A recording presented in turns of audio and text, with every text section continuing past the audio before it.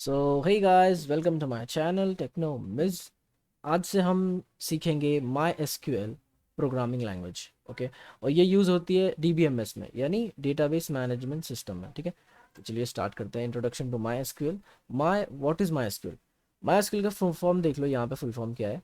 Structured query language. Okay, SQL is standardised programming language that is use to communicate with database. मतलब SQL एक programming language है, एक standardise programming language है जो कि database से कम्युनिकेट करने के लिए यूजफुल है। ठीक है, उसका यूज होता है। ठीक है, एसक्यूएल इज यूज टू, मतलब एसक्यूएल जो है वो किस किस चीज़ों के लिए यूज होता है, किन किन चीज़ों के लिए यूज होता है, जिससे हम एसक्यूएल मतलब हम डेटाबेस के अंदर क्या क्या चीज़ें क्रिएट कर सकते हैं, मतलब क्या क्या कर सकते हैं हम। ठीक है, तो ये कुछ पॉइंट्स हैं guys. Create table, create database, हम डेटाबेस क्रिएट कर सकते हैं, उसके अंदर टेबल क्रिएट कर सकते हैं, फिर उसको रीड कर सकते हैं, इंसर्ट कर सकते हैं डेटा उसके अंदर, अपडेट कर सकते हैं, डिलीट कर सकते हैं, डेटाबेस डिलीट कर सकते हैं, टेबल डिलीट कर सकते हैं, और भी बहुत कुछ है, हम आगे देखेंगे। ये कुछ पॉइंट्स हैं, की पॉइंट्स। ओके, अब यहाँ पे देखते हैं वाई लर्न एसक्यूएल। हमें एसक्यूएल जो है वो क्यों सीखनी चाहिए। ओके, तो सबसे पहले देखो कि SQL is use to communicate with popular relational database. इसका मतलब क्या है? एसक्यूएल एक ऐसी लैंग्वेज है, ऐसी प्रोग्रामिंग लैंग्वेज है जो डेटाबेस के साथ कम्युनिकेट करने के लिए बहुत ही पॉपुलर है। ठीक है, जैसे कि यहाँ पे देखो, माई एसक्यूएल है, पोस्टग्रे एसक्यूएल है, ओरेकल है, एंड मेनी अदर्स, और बहुत और जो भी होंगे। ठीक है, फला फला। अब देखते हैं, knowledge of SQL is preferred in demanding jobs like. हाँ, अब देखो, एसक्यूएल का नॉलेज जिसे होता है, यानी जिसको एसक्यूएल आता है ना, वो मतलब जिसको एसक्यूएल आता है वो सॉफ्टवेयर इंजीनियर की जॉब हासिल कर सकता है, वो बिजनेस एनालिस्ट की जॉब हासिल कर सकता है, वो डेटा साइंटिस्ट की जॉब हासिल कर सकता है। बट शर्त ये है कि एसक्यूएल आना ज़रूरी है, उसके साथ साथ और भी चीज़ें हैं जो आना बहुत ज़रूरी होती हैं। ऐसे नहीं कि बस एसक्यूएल पढ़ लिया बस हो गए, फिर आप सॉफ्टवेयर इंजीनियर बन गए, बिजनेस एनालिस्ट बन गए, ये सब ऐसे नहीं होगा। आप इसके अलावा भी आपको मतलब एसक्यूएल एक मतलब एक कंपलसरी है। ठीक है, डिमांडिंग है, समझ रहे हो, डिमांडिंग। ठीक है, अब देखते हैं introduction to database and SQL. अब तो हमने देख लिया एसक्यूएल क्या चीज़ है। ठीक है, अब देखते हैं डेटाबेस क्या है और एसक्यूएल क्या है। Now we learn about database, different types of database. हम इस चैप्टर में हम पढ़ेंगे कि डेटाबेस क्या है, कितने टाइप्स के डेटाबेस हैं, और उनकी यूजेस क्या क्या है। ठीक है, अ डेटाबेस है organised collection of data so that it can be easily accessed. Database एक ऐसी चीज़ है, एक ऑर्गेनाइज्ड है, जो हमसे ही ऑर्गेनाइज हो चुकी है, जो हम ही ऑर्गेनाइज करते हैं उसको। कलेक्शन ऑफ डेटा है वो, मतलब एक भंडार है। डेटा का क्या है, बहुत बड़ा कलेक्शन है। ठीक है, तो यहाँ पे देखते हैं, to manage the databases database management system are used. ये जो डेटाबेस बनते हैं ना, जो सर्वर में स्टोर होते हैं, इनको मैनेज करने के लिए क्या है, इनको मैनेज किससे किया जाता है? Database management system are used. Okay, अब देखते हैं डेटाबेस के अंदर ना कुछ टाइप्स हैं। ठीक है, मतलब ये जो आपको दो टाइप्स बताने वाला हूँ ना, ये दो कॉमन टाइप्स है। ठीक है, in general there are two common types of databases. एक होता है नॉन रिलेशनल डेटाबेस और एक होता है relational database. Okay, non relational database को हम नॉन आरडीबीएमएस कहेंगे, रिलेशनल को हम आरडीबीएमएस कहेंगे। हम ऐसे इसको प्रोनाउंस कर सकते हैं, ऐसे इसको हम बोल सकते हैं कि नॉन रिलेशनल को हम कहेंगे एनआरडीबीएमएस और रिलेशनल को कहेंगे हम आरडीबीएमएस। ओके, अब इन दोनों में फ़र्क क्या है ये देखते हैं। चलो, नॉन रिलेशनल डेटाबेस का जो डेटा होता है ना, जो नॉन रिलेशनल डेटाबेस में जो डेटा स्टोर होता है वो की वैल्यू पेयर्स में स्टोर होता है। ठीक है, की वैल्यू पेयर्स। इसका एग्जांपल मैं बता सकता था, बट मेरे पास अभी मतलब मैंने निकाला नहीं है, इसलिए अब इतना समझ लो, ये हमारा मतलब टॉपिक, ये टॉपिक नहीं है। ठीक है, बस इसको समझ लो, ये की वैल्यू पेयर्स में स्टोर होता है। ठीक है, मैं मेरी अगली वीडियो में बताऊंगा मैं की वैल्यू पेयर्स क्या क्या होते हैं। ठीक है, अगर देखते हैं, जब बताना हो तब बताऊंगा। अब देखते हैं रिलेशनल डेटाबेस, ये जो हम पढ़ने वाले हैं ना ये। ठीक है, रिलेशनल डेटाबेस में डेटा कैसे स्टोर होता है?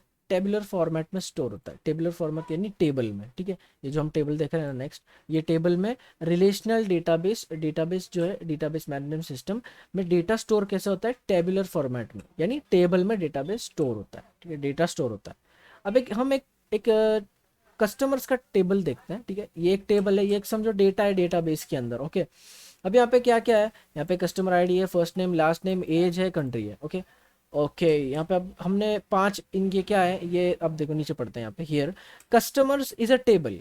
ये क्या है, ये एक टेबल है पूरा जिसको हमने नाम दिया है कस्टमर्स। ओके, कस्टमर क्या है, customer is a table inside the database. Database के अंदर कस्टमर नाम का एक टेबल है। The first row is the attributes of the table. The first row, the first row यानी ये जो है ना, ये इसको रो कहेंगे, रो, रो, ये जो ऐसे सीधी रहेगी ना, इसको कहेंगे रो। ओके, तो ये क्या लिखा है यहाँ पे, the first row is the attribute of the table, each row after that contains the data of a customer. Okay, यहाँ पे जो ये रो है ना, ये जो ऐसे सीधी आई है ना, इसको हम कहेंगे रो। ओके, ये एक रो है, ये एक रो है, मतलब सॉरी ये क्या हो गया, ओके, ये एक रो है, और ऐसे ही मतलब ये सब भी जितने दिख रहे हैं ये रो है। ठीक है, ये एक रो है, ये एक रो है। ओके, इसको हम कहेंगे रो।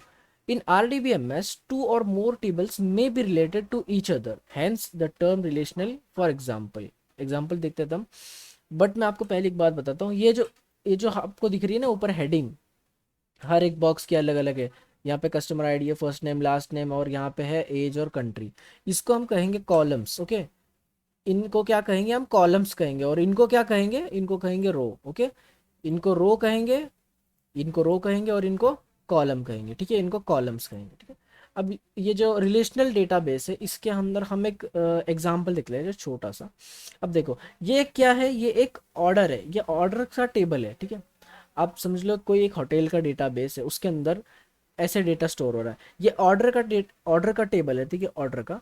अब यहाँ पे क्या है, ऑर्डर आईडी है, प्रोडक्ट है, टोटल अमाउंट है, और कस्टमर आईडी है। ठीक है, यहाँ पे कस्टमर आईडी है। ठीक है, तो ये ऑर्डर्स का टेबल है, ये टेबल अलग है, और ये जो कस्टमर का टेबल है, ये टेबल अलग है। ठीक है, ये दोनों टेबल अलग हैं, आप देख रहे हो ना, यहाँ पे एक टेबल है, यहाँ पे एक टेबल है। बट रिलेशनल डेटाबेस में क्या होता है कि आपके एक टेबल में ऐसी कोई चीज़ होती है, एक टेबल में आपको कोई ऐसा डेटा होता है जो दूसरे टेबल से मैच होता है, यानी आपको वो एक रिलेशन वहाँ पे कनेक्ट होती है, मतलब एक रिलेशन वहाँ उस टेबल से इस टेबल में दाखिल होती है।